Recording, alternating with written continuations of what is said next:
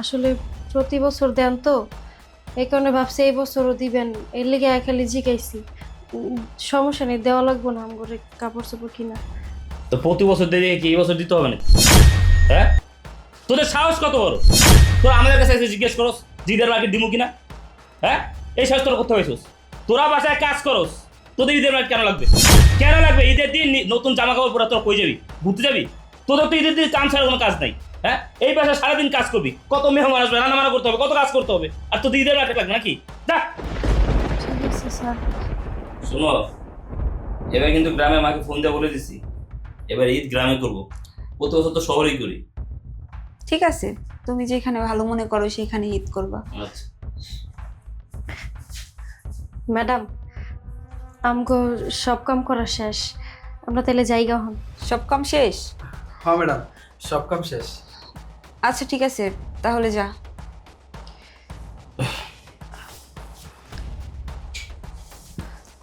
কিরে, কি হইলো? আবার দাঁড়াইলি কেন? কিছু বলবি? মানে ম্যাডাম, কইতাম আর কি, কি কবি ক। আসলে ম্যাডাম প্রতি বছরই তো রোজার মাস আইলেই 2-3 রোজায় আমগরে ঈদের লিগা মার্কেট কইরা দেন।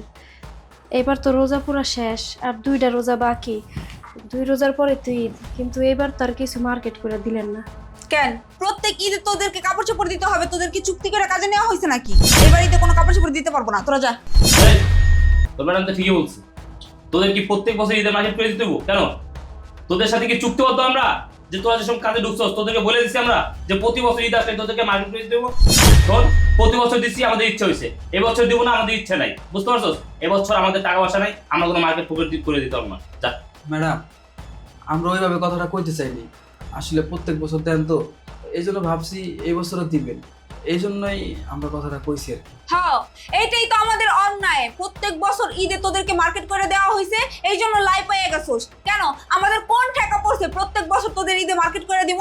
এবার কোনো মার্কেট করে দিতে পারবো না, তোরা জাগা। ঠিক আছে ম্যাডাম, সমস্যা নেই, আসলে প্রতি বছর দেন তো, এই কারণে ভাবছি এই বছরও দিবেন, এর লিগে খালি জিগাইছি।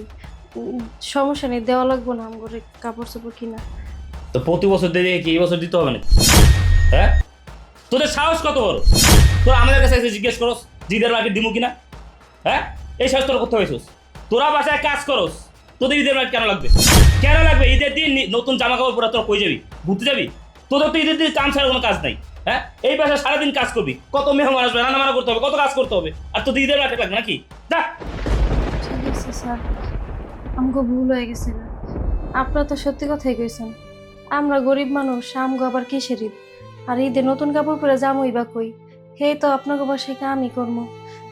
ভুল হয়ে গেছে স্যার, আর কখনো ঈদের মার্কেটে লেগে কিছু কমো না। চল। এই দাঁড়া, কই যাস?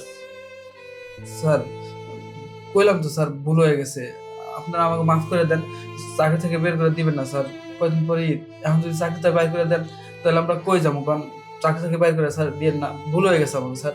এখানে দাঁড়া, চুপচাপ এখানে দাঁড়া, কোনো কথা বলবি না, আমি আসতেছি। ম্যাডাম, আমরা তো কইলাম আমগো ভুল হয়ে গেছে গা, আমগো অন্যায় হয়ে গেছে গা, আপনাকে কাছে আইয়া ঈদের মার্কেটের কথা কোয়াড়া। তোরা যে ভুল করছোস, এই ভুলের কোনো মাফ নাই। তোদেরকে তোদের ভুলের শাস্তি পেতেই হবে। কইলাম তো আমগো ভুল হয়ে গেছে গা, আমরা গরিব মানুষ, না বুঝা অন্যায় করে হলাইছি, মাফ করে দেন। ওখানে এই সময় যদি আমগো কামে থেকে বাইর করে দেন তাহলে আমরা কই যাবো কম? এই চুপ করে দাঁড়াতে বলছিলাম না? এই নে, এখানে জুতা আর পাঞ্জাবি পাজামা আছে, তোর দেখ পছন্দ হয় কিনা। নে, আরে নে, এখানে জুতা আছে, তোর শাড়ি আছে, আর অনেক কিছু আছে, দেখ পছন্দ হয় কিনা। স্যার, আমার পাঞ্জাবি অনেক সুন্দর হয়েছে, জুতাও সুন্দর হয়েছে। তোরা কি ভাবছিস? কি ভাবছিস তোরা? আমরা তোদের কি ঈদের মার্কেট করে দেবো না? হ্যাঁ, একটু খারাপভাবে কথা বলছি, সরি, তোরা কিছু মনে করিস না। আসলে আমরা প্রতি বছরই তোদেরকে ঈদের মার্কেট করে দিই, তো এই বছরই তো তোদেরকে একটু সারপ্রাইজ দেওয়ার জন্য আর কি তোদের সাথে এরকম ব্যবহার করছি। আসলে তোদের জন্য মার্কেট আমরা অনেক আগেই করছি, কি কর, অনেক আগেই করছি, কিন্তু তোদেরকে দেইনি, কাউকে তো চান্ডাই, তাই চিন্তা করলাম আজকে যেহেতু তোদের কাজের শেষ দিন, চলে যাবি, তোদেরকে সারপ্রাইজটা দিই। শোন, তোরা কিছু মনে করিস না। আসলে আমরা তোদের সাথে একটু মজা করছিলাম। তোদের জন্য ঈদের মার্কেট আমরা দ্বিতীয় রমজানই করে রাখছিলাম, কিন্তু ইচ্ছা করেই দেইনি। আসলে আমরা দেখতে চেয়েছিলাম এই বছর ঈদের মার্কেট না দিলে তোদের মনোবস্থা কেমন হয়, আমরা যখন তোদের সাথে খারাপ ব্যবহার করবো তখন তোদের কেমন লাগে, এটা দেখার জন্যই এই নাটকটা করছিলাম। আসলে ঈদের দিন আমরা নতুন কাপড় চোপড় পরবো আর তোরা পরবি না, সেটা কি হয় নাকি? হ্যাঁ, তোদের স্যার একদম ঠিক কথাই বলছে। আর ওরে এই বুদ্ধিটা আমিই দিছিলাম। তোরা আমাদের বাসায় অনেক দিন ধরে কাজ করস, আমাদের সব কাজে সাহায্য করস, আমাদের কত খেয়াল রাখোস। তোদের ছাড়া কি আমরা ঈদ করব নাকি? আমরা ঈদে নতুন জামা কাপড় পরবো আর তোরা পরবি না, এটা কি হয় নাকি? আমরা কি তোদের ছাড়া ঈদ করব? তোদেরকে নিয়েই তো আমাদের ফ্যামিলি। শোন, তোদেরকে আমাদের বাড়ি কাজে লোক ভাবি না, তোদেরকে আমরা আমাদের ফ্যামিলি মেম্বারই ভাবি। আমাদের মতো সমাজে যারা বিত্তশালী আছে, টাকা পয়সাওয়ালা আছে, তাদের প্রত্যেকের উচিত তাদের বাড়িতে যারা কাজকর্ম করে তাদেরকে ঈদের মার্কেট করে দেওয়া, তাদেরকে সালামি দেওয়া, বকশিস দেওয়া, তাদের সাথে ঈদের আনন্দ ভাগাভাগি করে নেওয়া। তাহলে তো ঈদের আনন্দ পরিপূর্ণতা পায়। হ্যাঁ স্যার, আপনি ঠিকই কইছেন। আপনার কথা বলে শুনে অনেক ভালো লাগতেছে। স্যার, আপনাকে বাসায় কাজ করার আগে না অনেক জায়গায় কাজ করছি, কেউ কোনো সময় আমার কাছে ভালো ব্যবহার করে নাই। মানুষ তো বেতনটা ঠিক মতো দিত না, আর ঈদের বকশিস তো দূরের কথা, সবসময় খারাপ ব্যবহার করতো। কাজের লোকদেরকে তো মানুষ বলে মূল্যায়ন করতো না, সবসময় দূর দূর করতো। কিন্তু আপনারা কত ভালো, কত ভালো মানুষ। এই সমাজে যদি আপনাদের মতো ভালো মানুষ প্রতিটা ঘরে ঘরে থাকতো, তাহলে আমাদের মতো কাজের লোকদের ঈদে আর কোনো কষ্ট করতে হতো না, আমরাও ভালোভাবে ঈদ করতে পারতাম। হ্যাঁ স্যার, আপনাকে বাসা 3 বছর ধরে 4 বছর ধরে কাজ করতেছি। আপনারা প্রত্যেক বছর ঈদ আইলেই কাপড় কিনা দেন, আবার ফুল বোনাস দেন, আবার বকশিস দেন।